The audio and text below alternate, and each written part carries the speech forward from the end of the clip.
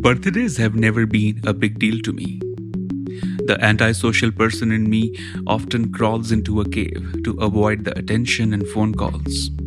And I always used this day as a time to self-reflect and just be in my own space and in my own silence. Today on August 7th, I turned 33. And it reminded me how much my life has changed, especially in the last 10 years. 10 years ago, I was very ambitious. I had a lot of plans. One of the plans was to work on Wall Street and make a lot of money and eventually quit Wall Street to use all that money into building a spiritual mission, some sort of spiritual ashram, a certain school that could empower people spiritually. But that plan did not work. And I'm glad it did not work because while working in Wall Street, I also realized that all the money that I would make in Wall Street, I would eventually just waste it and spend it on hiring a board of therapists and healers to repair the damage that working on Wall Street would do to me. So instead of that plan, here I am, playing the role of spiritual advisor, teacher, guru, and so much more. But labels are labels. I hope you don't take my labels too seriously, because I don't. I want to relate to you in many ways. So please don't restrict our bond to just these few labels. Today I officially complete 33 years in this body.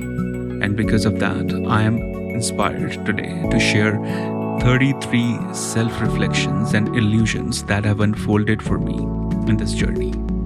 And I sincerely hope they will inspire you to look for your own illusions and reflections. And when you do realize that, please let me know that in Instagram or emailing me on the website or even sharing that in the iTunes reviews. I am Chandresh Bhardwaj and this is Break the Norms.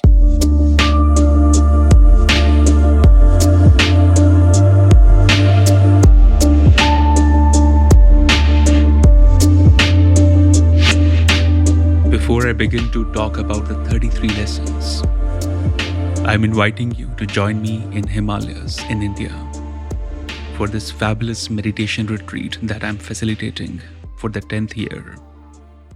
This retreat is focused on self-healing, rituals, mantras, life lessons, and basically enabling you to ignite and invoke that spiritual transformation that you have been waiting for. Don't let your mind overthink. Don't overanalyze it. Once the podcast is over, go to cbmeditates.com. Read the entire description of the Himalayan Retreat, or even click on the link in the show notes below. Read it fully, understand it fully. If you feel that resonates with you, just send me a message.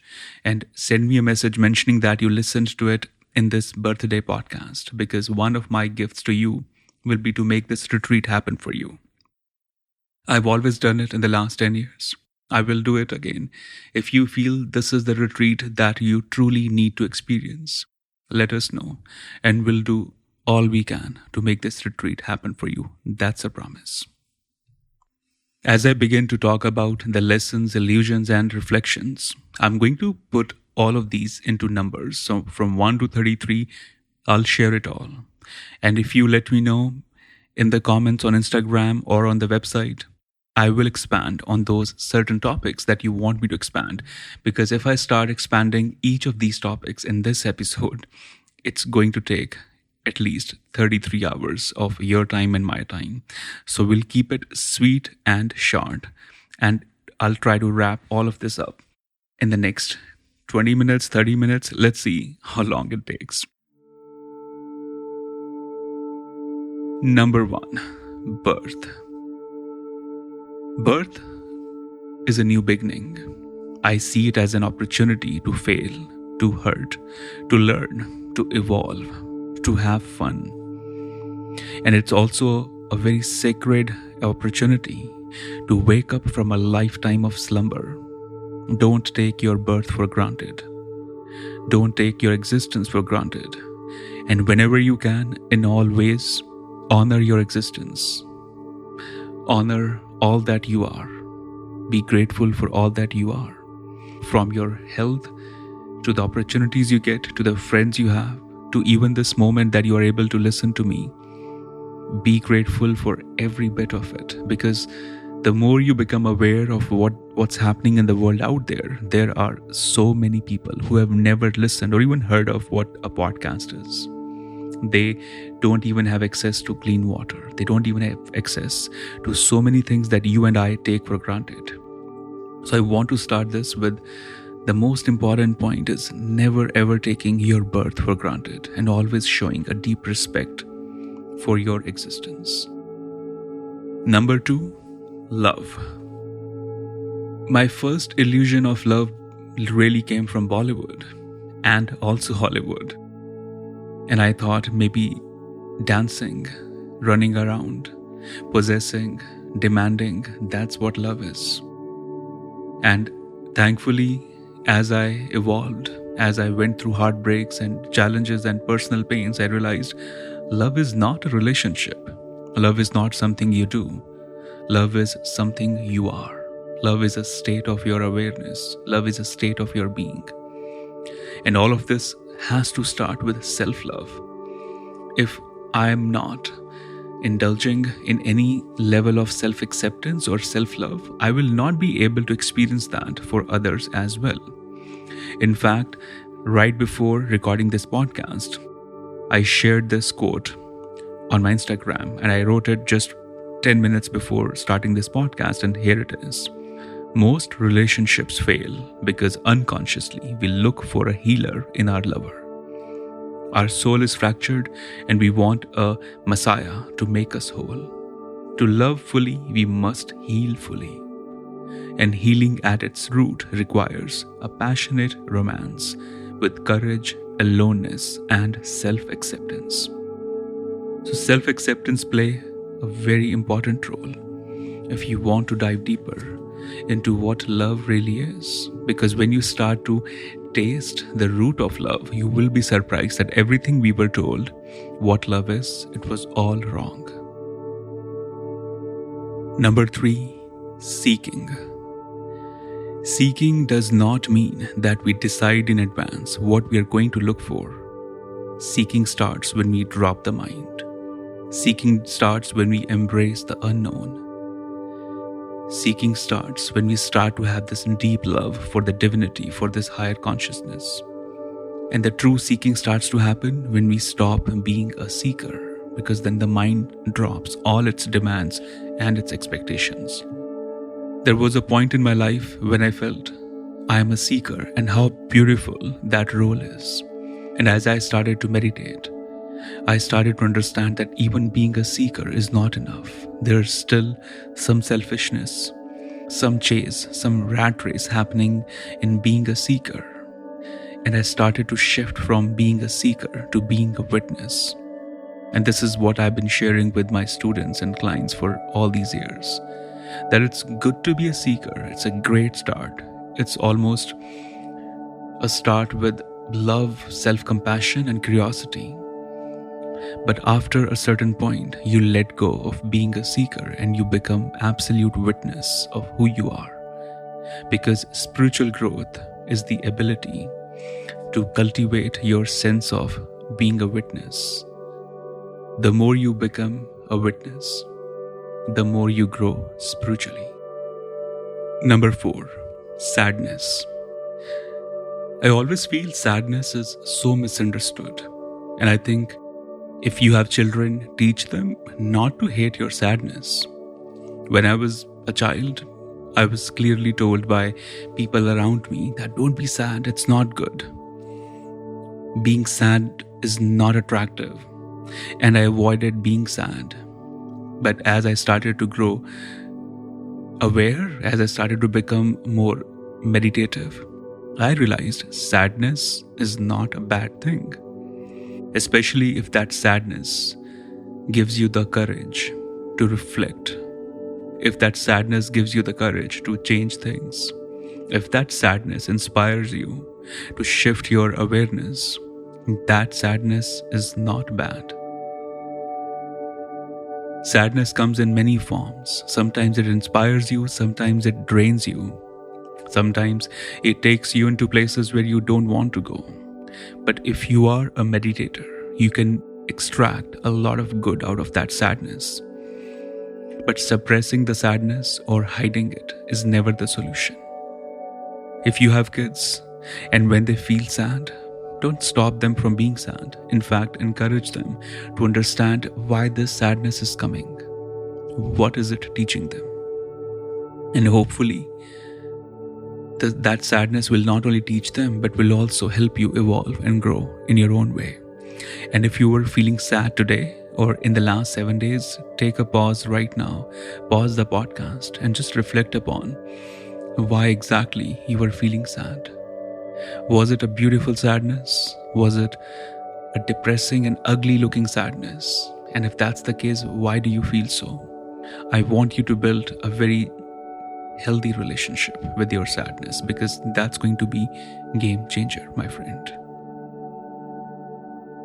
Number 5, loneliness. I feel loneliness is the number one problem in the world today. There are so many apps, so many businesses which are thriving because human being is sad, it's lonely. And instead of bringing awareness to that loneliness, we are encouraging them to hide or suppress that loneliness. Loneliness happens when you don't realize your own worth. When somebody makes you realize that you are not enough yet, you are not whole yet, and we start to become lonely in our own company. And that's not at all a good place to be in. When you become lonely, immediately remind you that loneliness is arising from different narratives running into my own mind. It's arising from all the stories, comparisons, all the judgments that my mind is currently running. And I'm not going to listen to my mind right now. I'm going to become a witness to my mind. I'm going to become a witness of this loneliness. And just this reminder, this promise to yourself that you are not going to let loneliness win, that's going to change everything. Anytime you feel this loneliness, go out, be in the nature, enjoy the rain, enjoy the sun, walk, listen to music, read something. But don't let this narrative of mind, create a depression in you that you are lonely and there's no one with you. Trust me, even while you are listening to this, there are so many known and unknown energies listening to me right now with you. And while I'm speaking to you, I'm not the only one speaking to you. There are so many unseen, unheard voices speaking through me. And that's not a spiritual statement. That's an experience that I always feel every time I record this podcast. Every time I speak to someone or listen to someone, I absolutely feel, there are more than 2 people sitting here. There are so many forces that are constantly being around us and we are not aware of them. And this is why meditation is such a beautiful and healing instrument to remind us that we are not lonely. And which reminds me of the next point, number 6, aloneness. So aloneness is very different from loneliness. Loneliness arises when we start to live in the mind, when we start to let mind dominate our existence. Loneliness exists in the past. It depends on some external validation. But aloneness is so beautiful. Aloneness reminds us that you are enough. Being alone is in fact one of the most important requirements to dive deeper into your healing. Loneliness and aloneness, they are 2 sides of the same coin. The day you become comfortable with your aloneness, that's the day when you will completely shift your existence. If you want to attract a powerful, joyful relationship in your life, if you want to dive deeper into your journey as a healer, as a successful business person, or being successful in anything you do, learn to embrace your aloneness. Learn to enjoy your own company, and you will be able to do that when you have so much respect for your existence. When you are able to find joy in aloneness, you will stop seeking entertainment outside of you. You will stop going to the mindless gatherings and parties and social clubs which are only giving you that sense of belonging, which doesn't exist in real, but it's giving you that illusion that just because you are part of this social club, just because you're part of this gathering, you are not alone. And I'm not making a statement against the parties or social clubs. I feel so many of them do such a great job of bringing empowerment, healing, clarity, and making this life, an amazing experience. But I'm talking about those mindless communities or the mindless ideas about certain groups or certain gatherings which don't solve any purpose, and 80% of the people in these gatherings are there because they are avoiding a certain truth about themselves. They're avoiding who they are in real, and that's not fun. Okay, so embrace your aloneness, and I feel you can embrace that aloneness by simply doing things that you truly love, by respecting yourself, by showing this reverence for who you are. Number 7, God. I find God to be a very interesting phenomenon. I remember when I was writing the book Break the Norms, I was told, don't write a chapter on God because it's such a turned off word. It turns off people, it's not exciting, and you should not be writing about it. And I said, that's exactly why I want to write about it. Because what God was many years ago, that's exactly what this new age spirituality is. And 50 years or 100 years from today, what we call universe, energy, consciousness, maybe that will become an outdated word as God is becoming now. So that's why we need to talk about this word, God. So much of what we understand about God is so man-made. It's already dead. It doesn't exist in its aliveness. Even the people who are taking care of those with godly institutions, even they don't have any experience of what God really is. And this is why many years ago, I replaced the word God with godliness. And today, I experience that godliness through many other forms. I experience it through divinity. I experience it through meditation. I experience it through awareness. And I feel the labels could change from God to godliness to awareness to universe to something else. But that unseen, invisible force will always remain out there. And it should be your own experience. It should not come out of a certain scripture. It should not come out of a certain family norm. And I believe so many of my listeners already believe in that, and maybe that's why you subscribed to it. But still, I feel we should not be believing even the idea of universe. We should not be believing it. We should be experiencing it. Number 8, relationships. I feel relationships are the most important lessons. And sometimes when the lessons are over, the relationship may be over too. The problem is, we want to possess our relationships. We demand too much out of those relationships. And relationships have become so structured, so man-made. There's so much law and guidelines and what to do, what not to do in relationships. And that's why they continue to fail for so many people. And if it's not failing for many people, when you speak to them, you realize it's already failed within their 4 walls. They are just not officially declaring it. And many years ago, I started to just wonder that will there be a time when relationships will become just a place of healing and evolving and growing playfully? And that's when I realized that because they are so structured and man-made, this is why they are not able to be in harmony with love, because love is so unstructured. Love is wild, it's free, it doesn't want to be contained in any box or a label. But relationships, on the other hand, they want to be in a box. They want to belong to a certain label. Otherwise, they die. So I started to decode and dig deeper into how can we make these relationships a more powerful experience. And I started replacing relationship with relating. And I've shared that in many of my talks. So I never say the word relationship, I use the word relating. So which basically means that today I relate to you in this form, and tomorrow I will relate to you in some other form. And every day, in every way, I will continue to relate to you in new ways, in new forms. But that has to start with how I relate to myself.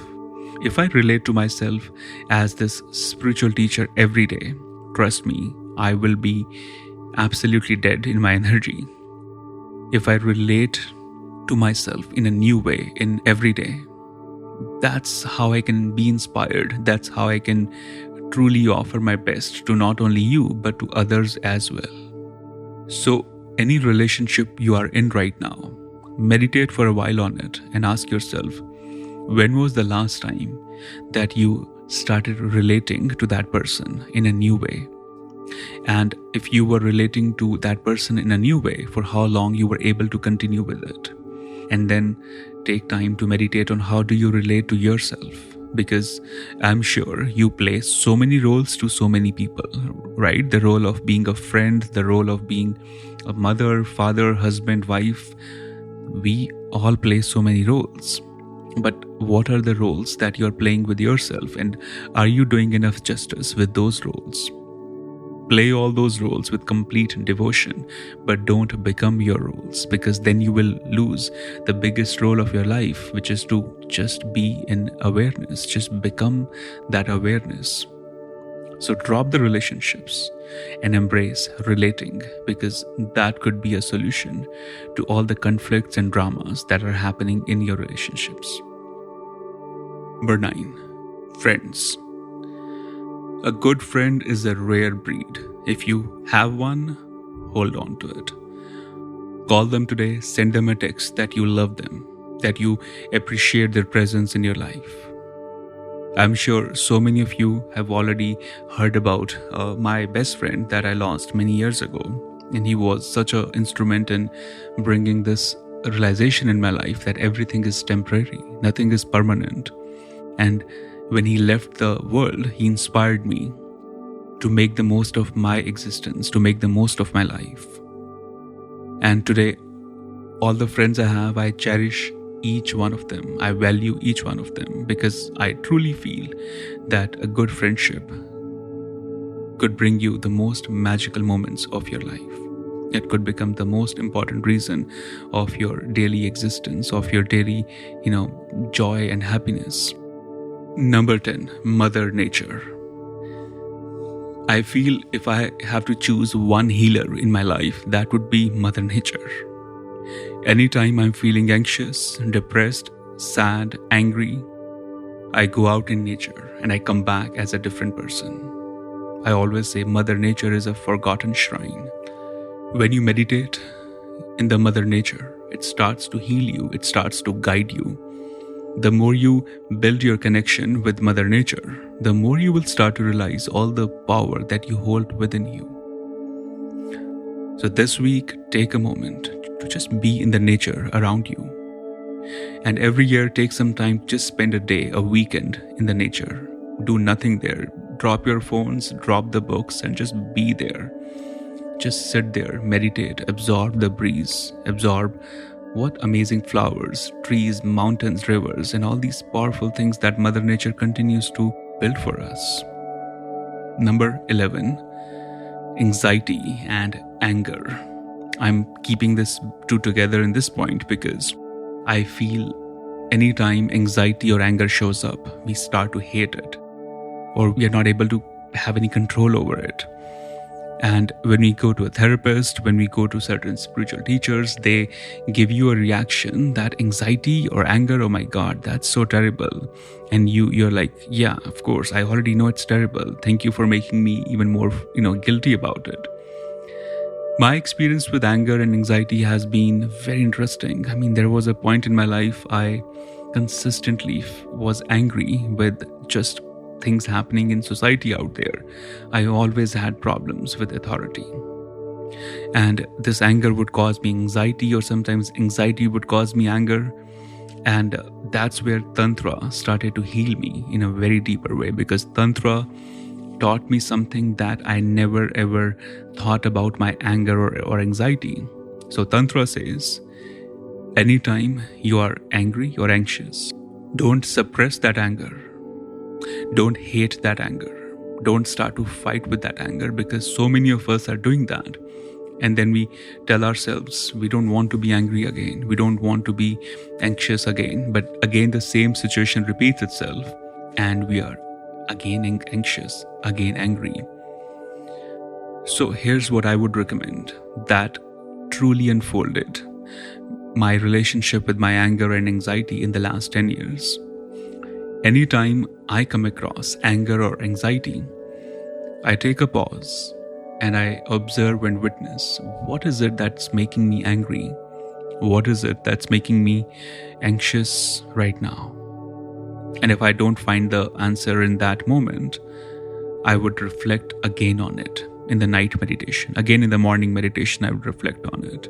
I would continue to reflect what exactly made me angry, what exactly caused anxiety, because anxiety and anger are basically symptoms. They're telling us something wrong is happening within, something is not in alignment. And this anger and anxiety, they are actually friends. They are actually trying to show you that something is out of place. So please take a moment, don't keep running. Take a moment, pause, relax, and look within. Because this anger and anxiety will continue to build up. If you don't take a pause, all this anger and anxiety starts to take very ugly outlets. It starts to build up within and even causes physical illness at times. So anytime you come across anger or anxiety, pause, observe, reflect within, and take notes if you have to, but never ever just act like a machine. Don't become a robot with your emotions. You got to have respect for them. You got to understand them, why they arise, because they're happening for a reason. Number 12, music. I find music to be so healing. And in my playlist, I usually have music of all languages, even the languages I don't understand. Because I feel when I listen to a song in a language that I don't have any clue, it takes me into a very unknown space. When I'm listening to a music with the language I completely understand and I'm very comfortable with it, it takes me into known emotions, into known expected places.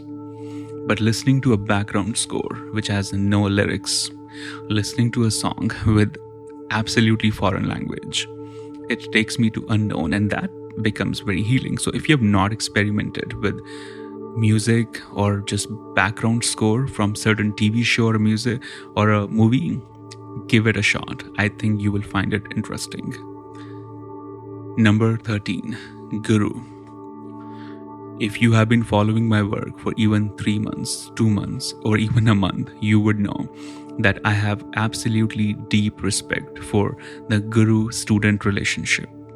And one of my deepest desires is to bring more light and bring more empowerment to this lost tradition of guru and student. Every time we use the word guru, we start to become stiff in the body. We start to, feel, do I need a guru? Do I want a guru? And I've recorded at least 1 or 2 episodes, I believe, about just the topic of guru. And I want to record one interesting episode on sharing the dark side or behind the scenes of the world of gurus. They go through a lot of their own inner pains. And I feel this tradition of guru and student, when it comes back to its light, when it comes back to its own root and glory, it's going to bring so much healing and compassion in the world out there. And for that to happen, the effort has to come from both the guru and students. But that's a longer topic for a different episode. But for now, I want to just express that gurus are to spiritual path what the sun is to flowers. It can absolutely change the quality of your existence. And the reason I'm here sharing this, talking about this, it's all because of my guru. I would have been absolutely surviving on less than 1% of energy and strength if I did not have a guru. And I'm beyond grateful on this birthday to share that my Guru continues to guide me and bring me healing, strength, guidance, and clarity. And I hope if you have a Guru, may you build a relationship of compassion, trust, and love with your Guru. Number 14, food. All right, so I grew up vegan and vegetarian. And when I say this, people think I only had leaves for all my life. But the truth is, growing up in India and growing up vegan in India, you're not missing anything, honestly. You have so much delicious cuisine out there. You have so much amazing junk food. And maybe you can taste the passion in my voice right now every time I mention Indian food and vegan Indian food, because there's so much flavors, so much going on with the Indian cuisine. And for a long time in my life, I ate only for taste. And the problem happened when I wanted to dive deeper into my meditation, and I could not because my body would not allow me to sit for longer, to meditate deeply, because, when you're not eating healthy, you start to feel that after a certain point. As a teenager, I did not feel it much. But I think after I started to be in my 20s, especially the first 5 or 7 years in my 20s, I started to feel that maybe I need to change my relationship with food. And I started to have food which was not just for taste, but also for my healing, for my strength. And I wanted to make food as a way of medication for me. There were allergies and there were, illnesses with me, which nobody could diagnose, but simply changing the food, I started to heal them. So I definitely recommend you and request you, take a moment to just know your relationship with food. And I'm not telling you to be vegan, absolutely not, because I feel it's a very individual choice and I don't want to spend the rest of this episode in explaining the right and wrong of it. But I want to just take this opportunity, know your body, speak to experts who can explain you what's going on in your body and how food can become the most healing element in your body right now. And then gently, organically start to shift the relationship with food. Number 15, movies. I love movies, all right? And I cannot tell you how people get surprised when I start talking about movies. In fact, yesterday I was in an Uber and the Uber driver was sharing something about this TV show, and I started sharing more about it. And she was like, "Are you into movie business? Because you know a lot about movies." I said, "I'm not, but I'm very sure if I was not doing what I do, I would have been into movies, music, and all that, fancy stuff going on. And I would have been behind the scenes. I don't want to be in front of the camera in movies. I want to be behind the camera and work as a writer, director, because I feel a good movie, a good story changes everything. It helps you to build the perspective within. It helps you to understand the human behavior. It also helps you to understand what's going on with just, energies out there, how these creative people think. It's so fascinating. And I don't listen to many spiritual talks. I listen to almost no spiritual podcast, but I listen to a lot of storytellers on podcast and on YouTube. I just, randomly would play a Hollywood roundtable or a director explaining his vision behind a certain scene, because that fascinates me. And let me share this fun secret.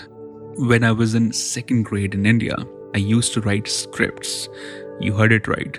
I used to write scripts when I was in 2nd grade, and I used to mail them to Bombay because I lived in India and Bombay is the Hollywood of India. So I would mail them to the prime directors. I had bought a directory even when I was in 2nd grade, which would display all the addresses of these perfect, successful directors and movie actors. I would mail them my stories. Thankfully, no one made a movie on those scripts because that would have been a disaster. But when I moved to LA and I started seeing how scripts look like, it fascinated me because in 2nd grade, I used to write my scripts exactly in the same format. And no one in my family enjoys movies. Like, they're not into movies. They would watch it if they have nothing to do, and that would be once in a month or so. Or when I'm visiting them, I would take them in, for some movie. But they don't enjoy movies. And in my school life, in the lunch break, I used to direct movies for my friends, and they would ask me why you don't want to be the hero or the villain, why you always make us the hero and villain. I'm like, I don't want to be the hero or villain, I want to be the director. So I'm sure there is something cooking up for me in universe which attracts me so much into movies. And I do have this tantra documentary idea, which hopefully will translate into the real screen work, but I'm putting it out there with this podcast right now. Number 16, poetry. If you read poems, if you write poems, you would know that they could be so healing.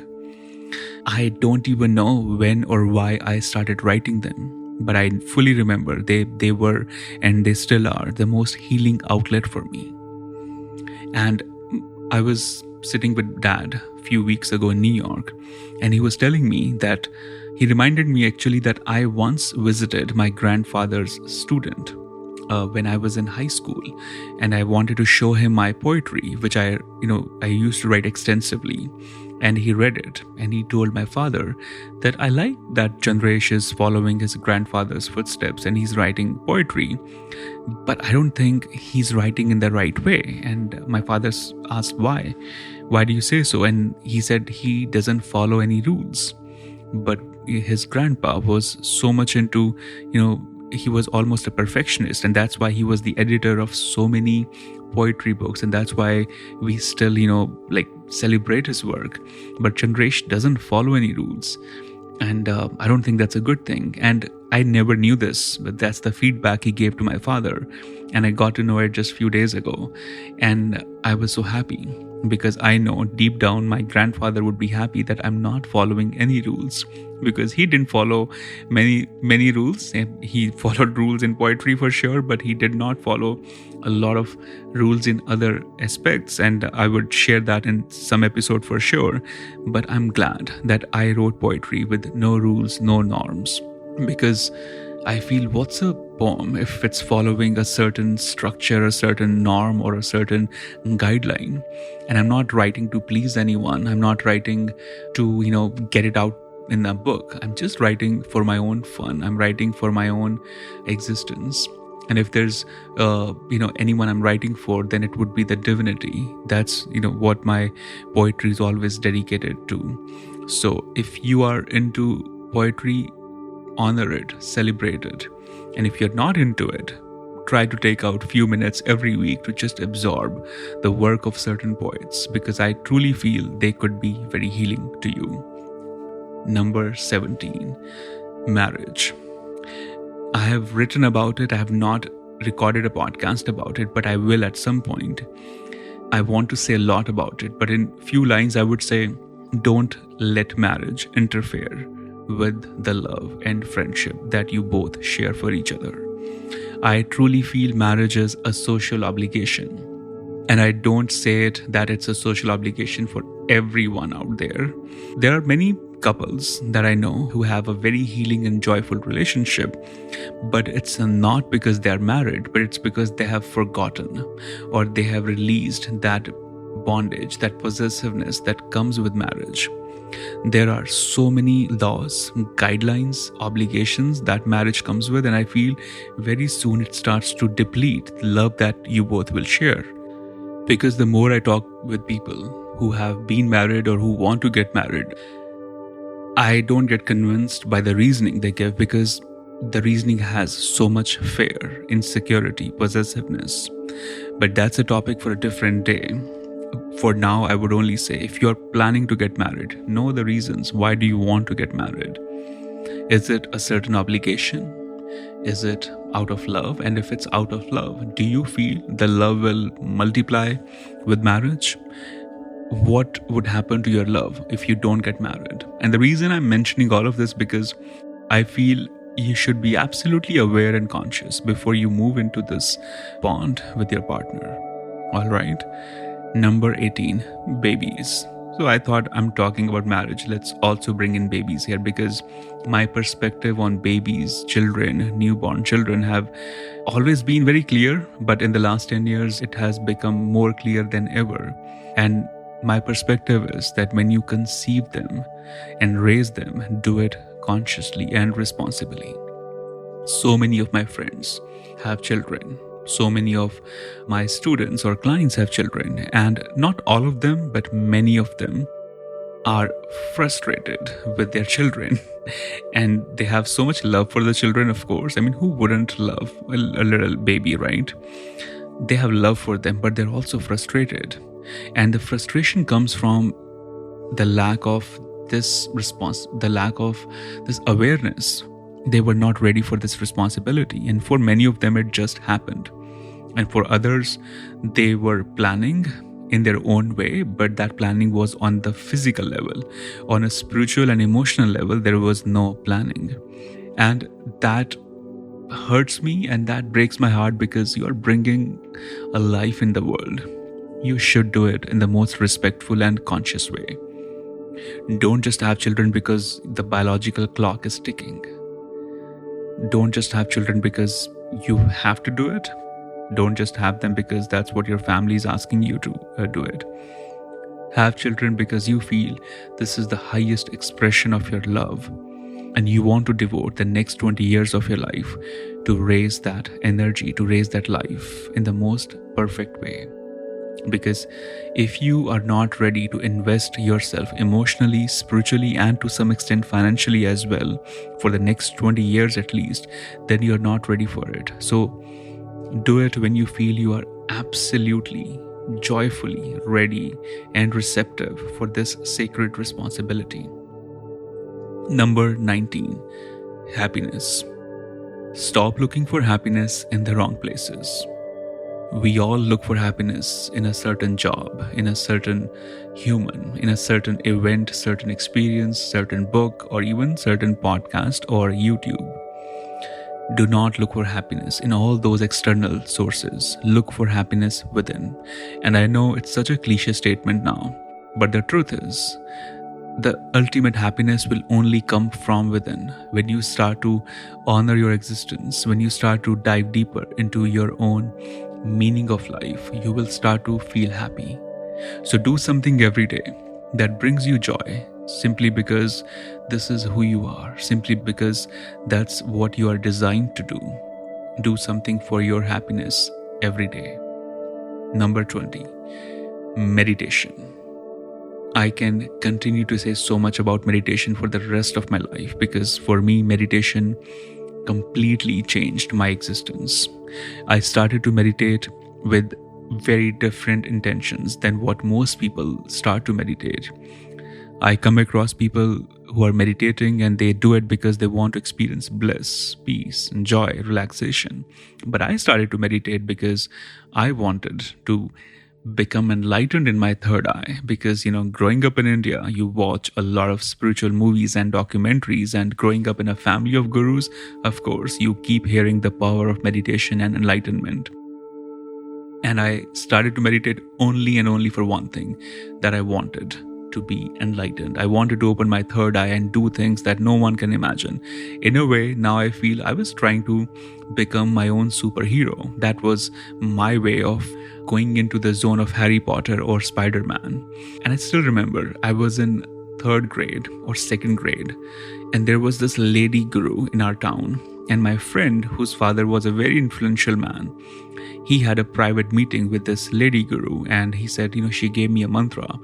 And I said, do you think that mantra can open your third eye? He said, what the heck is third eye? I said, forget it, but do you think that mantra can give you a lot of psychic powers? And my friend, he was like, I believe so. It can give you a lot of powers. I mean, she's a guru. I'm sure she can do things. So that same night, that guru was, going through a walk in the city with hundreds of her followers. And I stood in that walk. I stood there somewhere in my tiny lane, and I was waiting for her to pass through our house. And after she passed around midnight, I was screaming loudly that I need a mantra. I need a mantra. And of course, there were hundreds and hundreds of people with drums and bands and chanting, mantras. Nobody listened to me. And I came home so disappointed that I cried unstoppably because I felt I'm not going to get my mantra. And I started to meditate instantly at like 11 p.m. And my mother got scared. She called my father, who was traveling that day. And he spoke to me. He said, I like that you want mantra, but you're in second grade. But he didn't explain it to me in that way. He treated me as a very mature and adult. He said, great, you want a mantra, but you're not going to get it this way. It's not that you wake up one day and she's coming into the town and she'll give you the mantra. You have to earn the mantras. And it won't be earned by simply meditating tonight. You have to meditate consistently, and I will give you the mantra. And from that day, my relationship with my meditation changed completely. And I started to meditate consistently just to have that one mantra. And he gave me the mantra after many, many years. And I often said that he gave me mantra after 5 years, but after this conversation happened, I got mantra even after 7 years or so. But as I'm sharing it, I got emotional a bit because that made me realize how deeply obsessed I was with the spiritual world, with all of this. And I always say that I'm still reaping the fruit of my innocence and my love for divinity when I was a child. Because as an adult, you just, get corrupted. But anyway, the point is, please meditate. It's going to bring you the courage, the strength, the guidance that nobody else can give it to you. So do it for your own inner self. Number 21, woman or feminine energy. In the Eastern traditions, we have this mantra which says that where women are not honored and loved, divinity does not cultivate there. Find that to be so true. I find that to be absolutely correct. Because in my own journey, I have seen empowered women, strong women, changing the spiritual energy, the emotional energy, the healing energy of the place. And the women, when they are suppressed, when they are confused, when they are not in awareness of their feminine power, then they start to deplete their energy and strength for themselves and for others around them.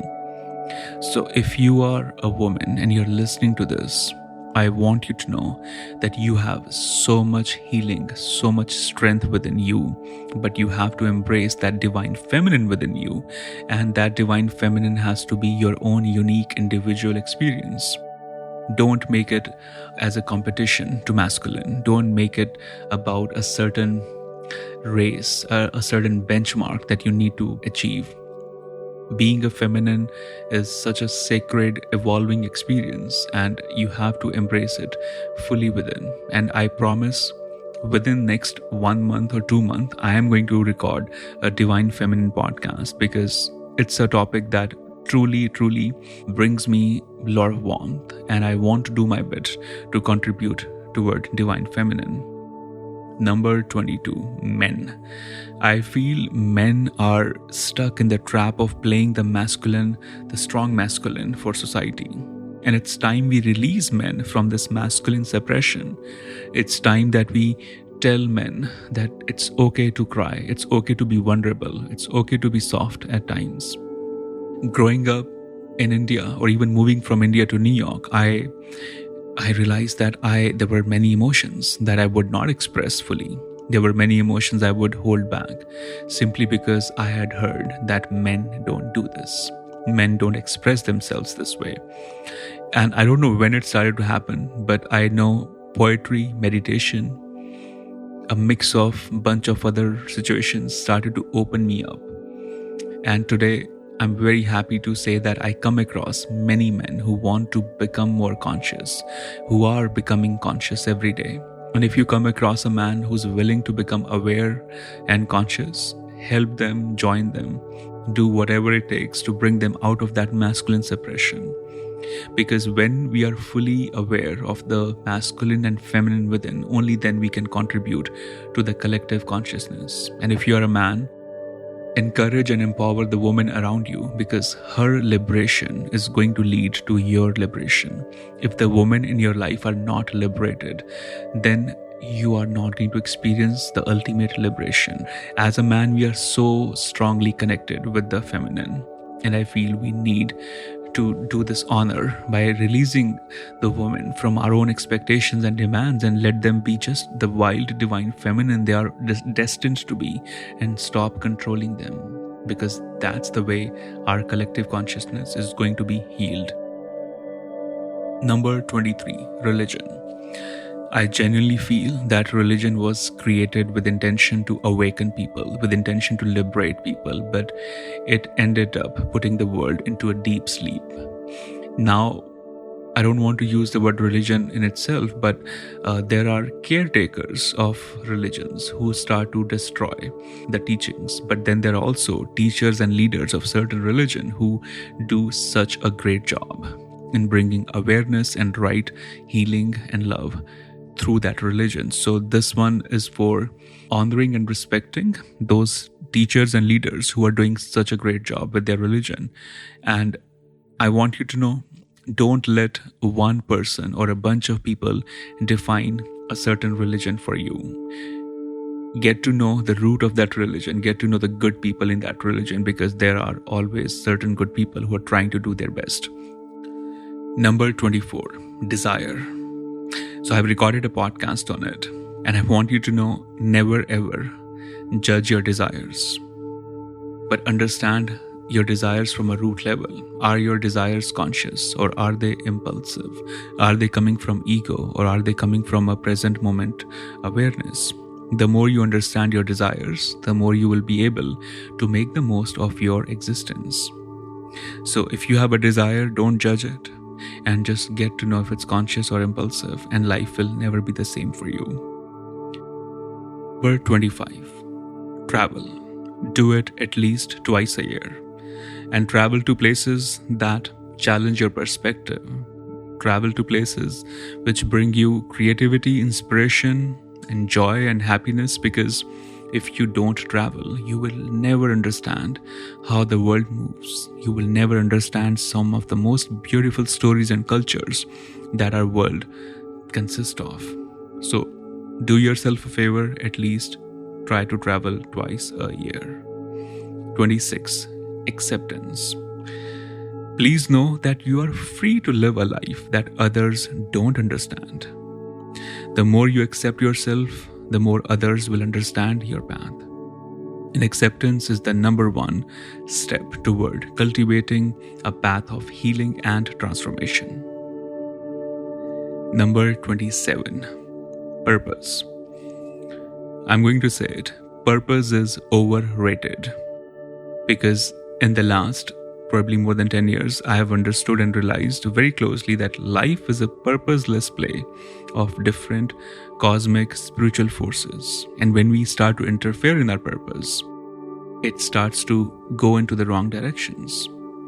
So whatever you do, don't struggle to discover your purpose, but simply show up for your passion, simply show up for the deepest calling in you, and simply cooperate with how your life wants to bloom.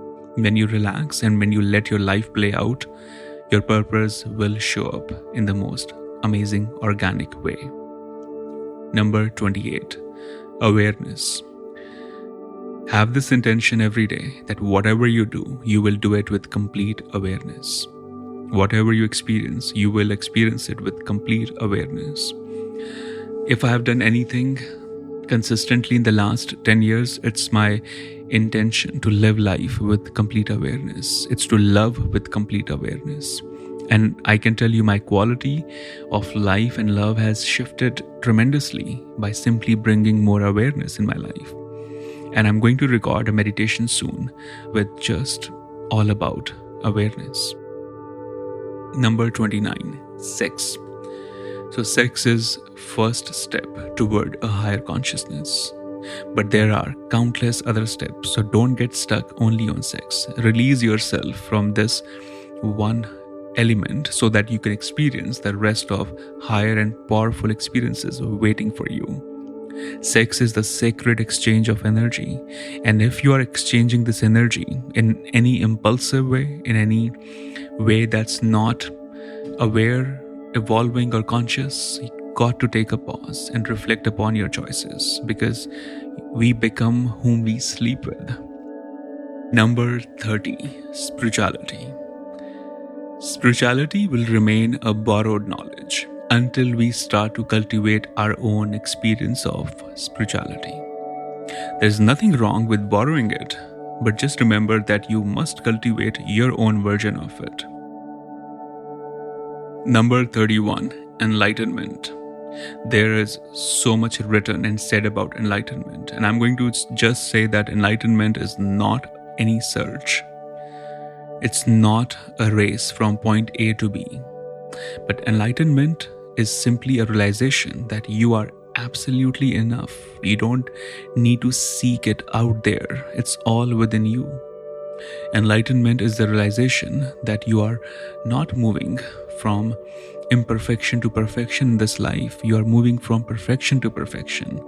Start to respect and honor your existence. Start to meditate deeper within and just get to know who are you beyond your name, your physical identity. Who are you beyond the roles you are playing? And out of these experiences and self-reflections, enlightenment will come. Number 32, embrace the unknown. You know, the best spiritual experiences have no known references. And when I started to meditate, I was chasing for many known experiences. I wanted to have known experiences. And I realized the authentic and right spiritual experience is beyond the known. And that's exactly what I try to share and teach everyone, that please don't chase known. Okay, don't chase the known in life. Don't chase the known in love, relationships, spirituality, because known is coming from your mind. And the known experiences are going to bring limitations to your life. Instead, embrace the unknown. Instead, have a love affair with the unknown, because that's going to take you into some very powerful and beautiful places in your consciousness. Finally, number 33, death. I genuinely feel death does not end anything. It opens up everything. But we have to be fully aware of the lessons that this particular experience brings for you. For many of us, the death of others reminds us of our own death, that at some point we are also going to die. And that's the truth. You and I, none of us are here to stay permanent. Everything is temporary. But to understand this life, to live this life fully, you must understand the death fully as well. So don't avoid or suppress the topic of death, the conversation of death. Know it fully, understand it fully, because otherwise your mind is going to take you into some very depressing and toxic states of, stories and experiences. But when you start to live with awareness, you will start to understand death, that it's as natural as birth. And you must make the most of these two experiences. Thank you once again for listening to me so patiently. And I celebrate this birthday with you, with your love. Please continue to send your questions, your suggestions for the podcast. It's helping me to evolve, to improve this podcast in most organic ways. Thank you. I hope this podcast may travel through the untapped universe of your darkness, light, courage, passion, and so much more. Please do subscribe and be ready to break your norms.